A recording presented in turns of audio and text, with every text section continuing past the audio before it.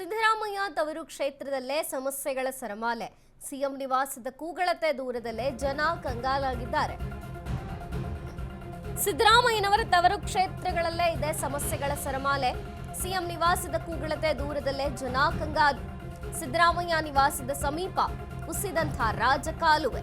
ಮೈಸೂರಿನ ರಾಮಕೃಷ್ಣ ನಗರದ first block ಎರಡನೆಯ ಮುಖ್ಯ ರಸ್ತೆ ರಾಜಕಾಲುವೆ ಸಂಪರ್ಕಕ್ಕೆ ನಿರ್ಮಿಸಿದಂತಹ ರಸ್ತೆಯು ಕುಸಿತ ಕಂಡಿದೆ.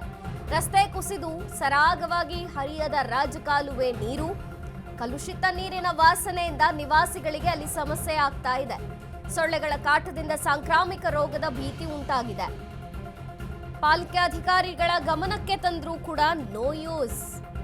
ಅಧಿಕಾರಿಗಳ ನಿರ್ಲಕ್ಷ್ಯಕ್ಕೆ ಸಾರ್ವಜನಿಕರ ತೀವ್ರ ಆಕ್ರೋಶ ಕೇಳಿ ಬರ್ತಾ ಇದೆ. ಸಿಎಂ ತವರು ಜಿಲ್ಲೆಯಲ್ಲೇ ಇದೆ ಸಮಸ್ಯೆಗಳ ಸರಮಾಲೆ. ಸಿಎಂ ನಿವಾಸದ ಸ್ವಲ್ಪ ದೂರ, ಕೂಗಳತೆ ದೂರದಲ್ಲಿ ಈ ಸಮಸ್ಯೆ ಉಂಟಾಗಿದೆ. ಸಿದ್ದರಾಮಯ್ಯ ನಿವಾಸದ ಸಮೀಪ ರಾಜಕಾಲುವೆ ಕುಸಿದಿದೆ. ಮೈಸೂರಿನ ರಾಮಕೃಷ್ಣ ನಗರದ ಫಸ್ಟ್ ಬ್ಲಾಕ್ ಎರಡನೇ ಮುಖ್ಯ ರಸ್ತೆ ಇದು. ಇಲ್ಲಿ ರಾಜಕಾಲುವೆ ಸಂಪರ್ಕಕ್ಕೆ ನಿರ್ಮಿಸಿದಂತಹ ರಸ್ತೆಯೂ ಕೂಡ ಕುಸಿತ ಕಂಡಿದೆ. ರಸ್ತೆ ಕುಸಿದು ನೀರು, ರಾಜಕಾಲುವೆಯಲ್ಲಿನ ನೀರು ಸರಾಗವಾಗಿ ಹರಿಯದಂತಹ ಪರಿಸ್ಥಿತಿ ಇದೆ.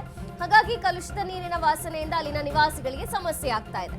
ಸೊಳ್ಳೆಗಳ ಕಾಟದಿಂದ ಸಾಂಕ್ರಾಮಿಕ ರೋಗದ ಭೀತಿಯೂ ಕೂಡ ಉಂಟಾಗಿದೆ. ಪಾಲಿಕೆ ಅಧಿಕಾರಿಗಳ ಗಮನಕ್ಕೆ ತಂದರೂ ಕೂಡ ಯಾವ ಯೂಸ್ ಆಗ್ತಾ ಇಲ್ಲ. ಅಧಿಕಾರಿಗಳ ನಿರ್ಲಕ್ಷ್ಯಕ್ಕೆ ಸಾರ್ವಜನಿಕರು ಹಿಡಿ ಶಾಪ ಹಾಕ್ತಾ ಇದ್ದಾರೆ.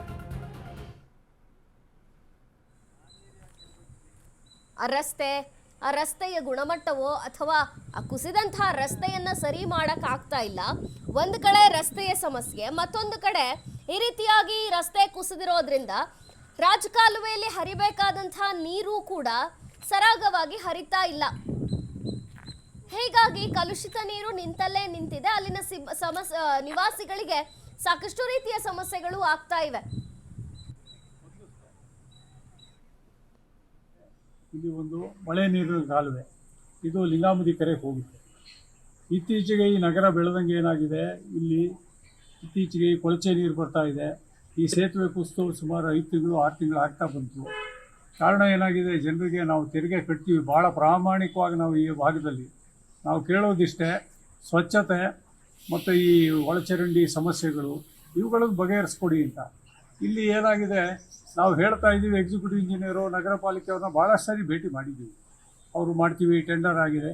ಈ ಒಂದು ಕೆಲಸಕ್ಕೆ 52 ಲಕ್ಷ ರೂಪಾಯಿನ ಈಗ ಅಂದಾಜು ಮಾಡಿದ್ದಾರೆ ಅವರು. ನಾವು ಹೇಳ್ತಾ ಇದ್ದೀವಿ, ಇದರಿಂದ ಭಾಳಷ್ಟು ಸಮಸ್ಯೆಗಳು ಈ ಭಾಗದಲ್ಲಿ. ನೋಡಿ, ಈ ಭಾಗ ಹರ್ಕೊಂಡು ಹೋಗೋದು 2-3 ಕಿಲೋಮೀಟ್ರ್ ಇದೆ. ಇಲ್ಲಿ ಅಷ್ಟು ಭಾಗದಲ್ಲೂ ಈ ಕೊಳಚೆ ನೀರು ಹೋಗ್ತಾ ಇದೆ. ಟಿಕೆ ಲೇಔಟು ಜನತಾ ನಗರದಿಂದ ಬರುತ್ತೆ ಅಂತ ಅವ್ರು ಹೇಳ್ತಾರೆ. ಆದರೆ ಅವ್ರ ಜವಾಬ್ದಾರಿ ಒಳಚರಂಡಿ ಮತ್ತು ನಗರ ನೀರು ಸರಬರಾಜು ಅವರು ಬರುತ್ತೆ ಅಂತಾರೆ. ಅವರು ಬಂದು ಇದೊಂದು ಸಣ್ಣ ಪರಿಹಾರ ಮಾಡ್ಬೋದು. ಕಾರಣ ಏನಾಗಿದೆ, ಇದರಿಂದ ಅಕ್ಕಪಕ್ಕದ ಮಕ್ಕಳಿಗೆಲ್ಲ ಒಂದು ಆರೋಗ್ಯದ ಮೇಲೆ ಪರಿಣಾಮ ಬೀರ್ತಾ ಇದೆ. ಮತ್ತು ಈಗ ನಾವು ಮೈಸೂರು ಭಾಳ ಮಹಾರಾಜರ ಕಾಲದಲ್ಲಿ ಭಾಳ ಸುವ್ಯವಸ್ಥಿತವಾಗಿದೆ. ಜೊತೆಗೆ ನಾವು ಮುಖ್ಯಮಂತ್ರಿಗಳಿಗೆ ಪಕ್ಕದಲ್ಲೇ ಇದ್ದಾರೆ. ಅವರು ಇದೇ ರೋಡಲ್ಲಿ ಓಡಾಡ್ತಾರೆ. ನಾವು ಈ ಸಣ್ಣ ಸಮಸ್ಯೆಗಳನ್ನೆಲ್ಲ ಅವ್ರವರೆಗೂ ಹೇಳುವಂಥದ್ದು ಅಲ್ಲ. ಇದು ಸಂಬಂಧಪಟ್ಟ ಅಧಿಕಾರಿಗಳು ಕಚೇರಿ ಇಲ್ಲೇ ಇದೆ, ನಗರ ಪಾಲಿಕೆ ಕಚೇರಿ ಹತ್ತಿರದಲ್ಲಿದೆ. ಈಗ ನಾವು ಎಕ್ಸಿಕ್ಯೂಟಿವ್ ನಗರ ಪಾಲಿಕೆ ಇಂಜಿನಿಯರ್ ಬಂದು ನೋಡ್ಕೊಂಡು ಹೋಗಿದ್ದಷ್ಟೇ. ಆಮೇಲೆ ನಾವು ನಮ್ಮ ಬಸವಣ್ಣವರು ನಾವು ಎಲ್ಲ ವಾರಕ್ಕೊಂದ್ಸಲಿ ಹೋಗಿ ನೋಡ್ತಾ ಇದ್ದೀವಿ. ಬರೀ ಟೆಂಡರ್ ಕರೆದಿದ್ದೀವಿ, ಅದರಲ್ಲಿ L1 ಯಾವುದು ಅಂತ ಇದು ಮಾಡ್ತೀವಿ. ಟೆಕ್ನಿಕಲ್ ಎವ್ಯಾಲ್ಯೂಯೇಷನ್ನು, ಫೈನಾನ್ಷಿಯಲ್ ಎವ್ಯಾಲ್ಯೂಯೇಷನ್ನು ಆಗ್ತಾ ಇದೆ ಅಂತಲೇ ಹೇಳಿದ್ರು ಇಷ್ಟು ದಿವಸ. ಈಗೇನೋ ಆಗಿದೆ, 52 ಲಕ್ಷ ರೂಪಾಯಿ ಟೆಂಡರ್ ಆಗಿದೆ ಅಂತ ಹೇಳ್ತಾರೆ. ಈ ಸಣ್ಣ ಸೇತುವೆಗೆ 52 ಲಕ್ಷ ರೂಪಾಯಿ ಅವರು ಸ್ಯಾಂಕ್ಷನ್ ಮಾಡಿಸ್ಕೊಂಡಿದ್ದಾರೆ. ನಮ್ಮ ಜನರ ದುಡ್ಡು, ತೆರಿಗೆ ಹಣ ಯಾವ ರೀತಿ ಪೋಲಾಗ್ತಾ ಇದೆ, ನಮಗನುಕೂಲ ಏನೂ ಇಲ್ಲ, ಇವರಿಗೆ ಯಾವ ರೀತಿ ಪೋಲಾಗ್ತಾ ಇದೆ ಇದರಿಂದ ಗೊತ್ತಾಗುತ್ತೆ. ಇದು ಒಂದು ಸ್ವಲ್ಪ ಸಂಬಂಧಪಟ್ಟ ಮೇಲಧಿಕಾರಿಗಳು ಇದಕ್ಕೆ ಗಮನ ಹರಿಸ್ಬೇಕು. ಮತ್ತು ಇಲ್ಲಿ ಡ್ರೈನೇಜ್ ಕಟ್ಕೊಂಡು, ಮೋರಿ ಕಟ್ಕೊಂಡು ಇಲ್ಲಿ ನಾವುಗಳು ಸುತ್ತಮುತ್ತಲ ನಿವಾಸಿಗಳು ನೆಟ್ಟಿಗೆ ಉಸಿರಾಡೋಕ್ಕಾಗಲ್ಲ.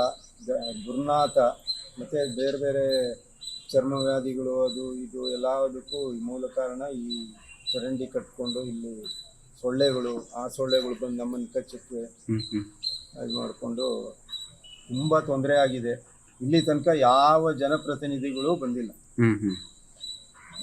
ಕಾರ್ಪೊರೇಟರ್ ಅಂತೂ ಇವಾಗ ನಾವು ಅಧಿಕಾರದಲ್ಲಿ ಇಲ್ಲ ಅಂತ ಹೇಳ್ತಾರೆ. MLA ಇಲ್ಲ, MP ಇಲ್ಲ, ಯಾರೂ ಇಲ್ಲ. ನಾವು ಫೋನ್ ಮಾಡಿದ್ರೂ ಆಯಿತು ಅಣ್ಣವ್ರಿಗೆ ಹೇಳ್ತೀವಿ, ನಮಗೆ ಲೈವ್